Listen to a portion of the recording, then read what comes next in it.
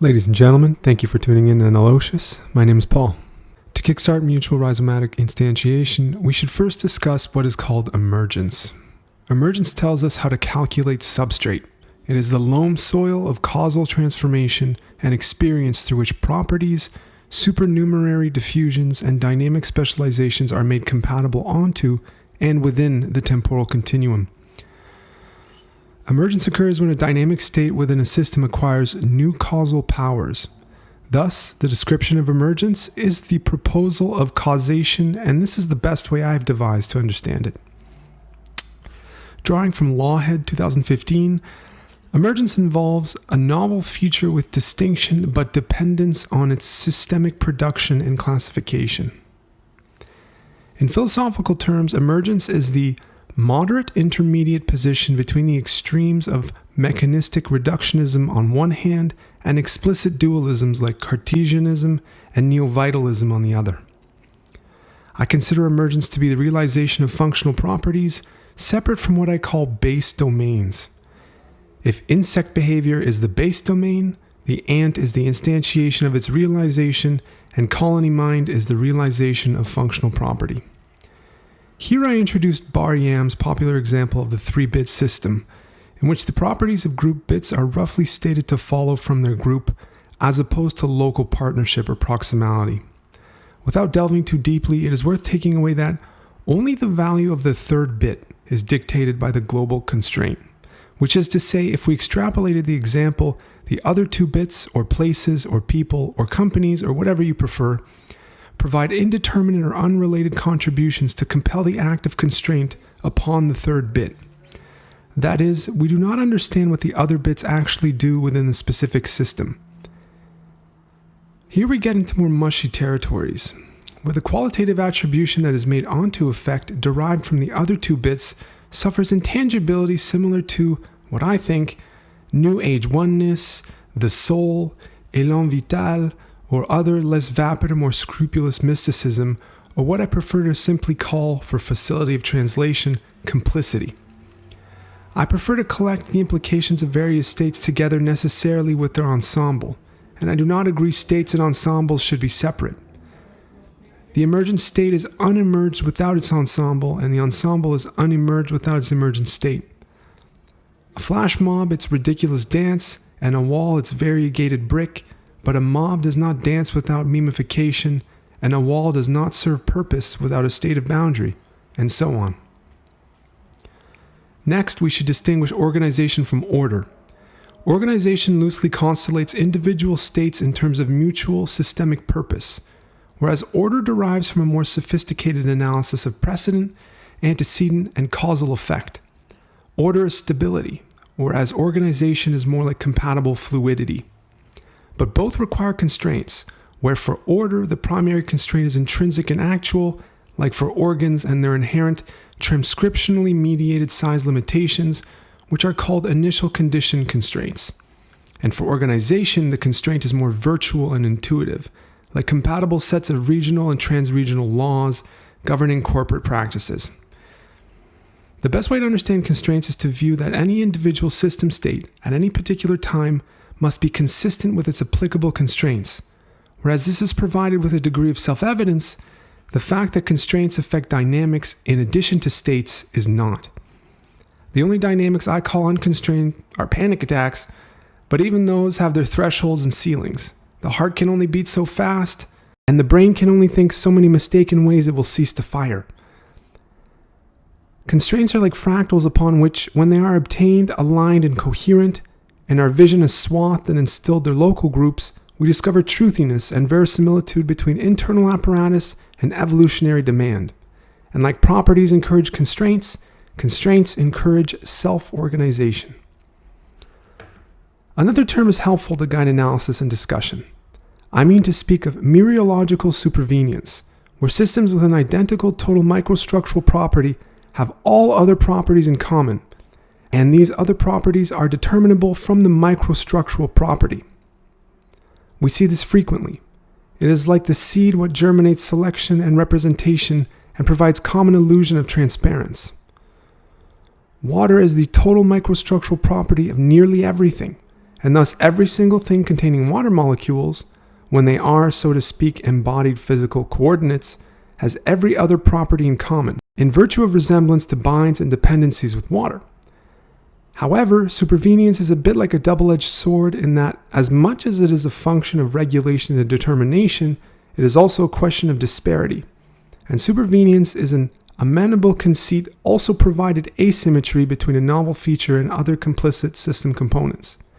I'm thinking of, for instance, unique evolutionary adaptations where novel feathers or horns retain their semblance to plumage or keratic systems respectively. Self-organization is dynamical symmetry, which I add is also systematically driven to hasten closures of formal manifestation in accordance with compulsory as well as informal measures of regulation. Less common and more protracted examples of self-organization include the manner in which dislikes, indeed, including the Facebook and YouTube fodder, arrange provocations of resistance and revolution, a subject we will return to in a future video, and the manner in which blood solutes precipitate. And finally, I describe coherence for our purposes as the measure of logic sense distributed within channels of the same dynamic parallel. Coherence is like the active excursion to obtain organization. It is like the fury within the anger, or the sum within the spool. So, thus far we have touched on emergence, organization and order, constraints, self-organization, and coherence. Let us step back full circle to emergence, specifically to distinguish emergence from resultance. Resultance explains causal inertia that is not necessarily related to predictability nor explainability. For the purposes of the Entelocius series, the dragon we chase is the primary rhizomatic soma, and thus these former qualities can be described as second order. To this same end, it is helpful to distinguish same level causation, downward causation, and upward causation, which involve other emergent properties, lower emergent properties, and higher emergent properties respectively. An example is helpful. Say a person decides to sit at her computer, and when she sits at her computer, she browses YouTube. This is same level causation. If she idly putters at her computer after sitting down, that is downward causation. Downward causation can also include if, on the one hand, sitting at her computer is reflexively disincentivized like a negative feedback loop, and upwardly makes sitting at her computer more interesting, in a defensive paradoxical twist where she doubles down or sinks her cost. And if she is inspired creatively from sitting at her computer, or if sitting at her computer being boring causes YouTube to become pleasurable due to the sunk cost of her seat at the computer, that is upward causation. Pain is also a common example of upward causation. Personally, I think the most interesting facet of pain is its upward causation of squelched consciousness. Pain obliterates, or better supplants, sensate cogitation, and since consciousness is derived at much more elaborate lengths than pain, I think it is fair to call this upward causatory in nature. You can see this as exceptionally cumbersome territory, but it is also rife, and motor experiential fertility is the foundation of rhizomatic scholarship. And the vehement American social paradigm in which everyone is always stretched thin trying to figure you out has a lot to say, to explore, and to prove about causality and emergence. We are barely emerging our homes, let alone busking markets, crossing risky, heterodox paths, or shaking down the universe, its inviolable cornucopias and morning glories. And the majority of social thinking has been relegated to platforms. Whether or not platforms facilitate emergence, we should be reminded they also mediate emergence, sometimes very succinctly, cautiously, or derisively, and that at the most simple level of reference, the introduction of mediation encumbers expression, precludes an alternative, or both. Derisive emergence seethes and sabotages the property, in this case phase interaction. And group thoughts, not truly memes, but more like colonial traipses of voice and laughter, and expulsory crescendos emergent from public dilemmas about bigotry seem to be our richest social sources of late.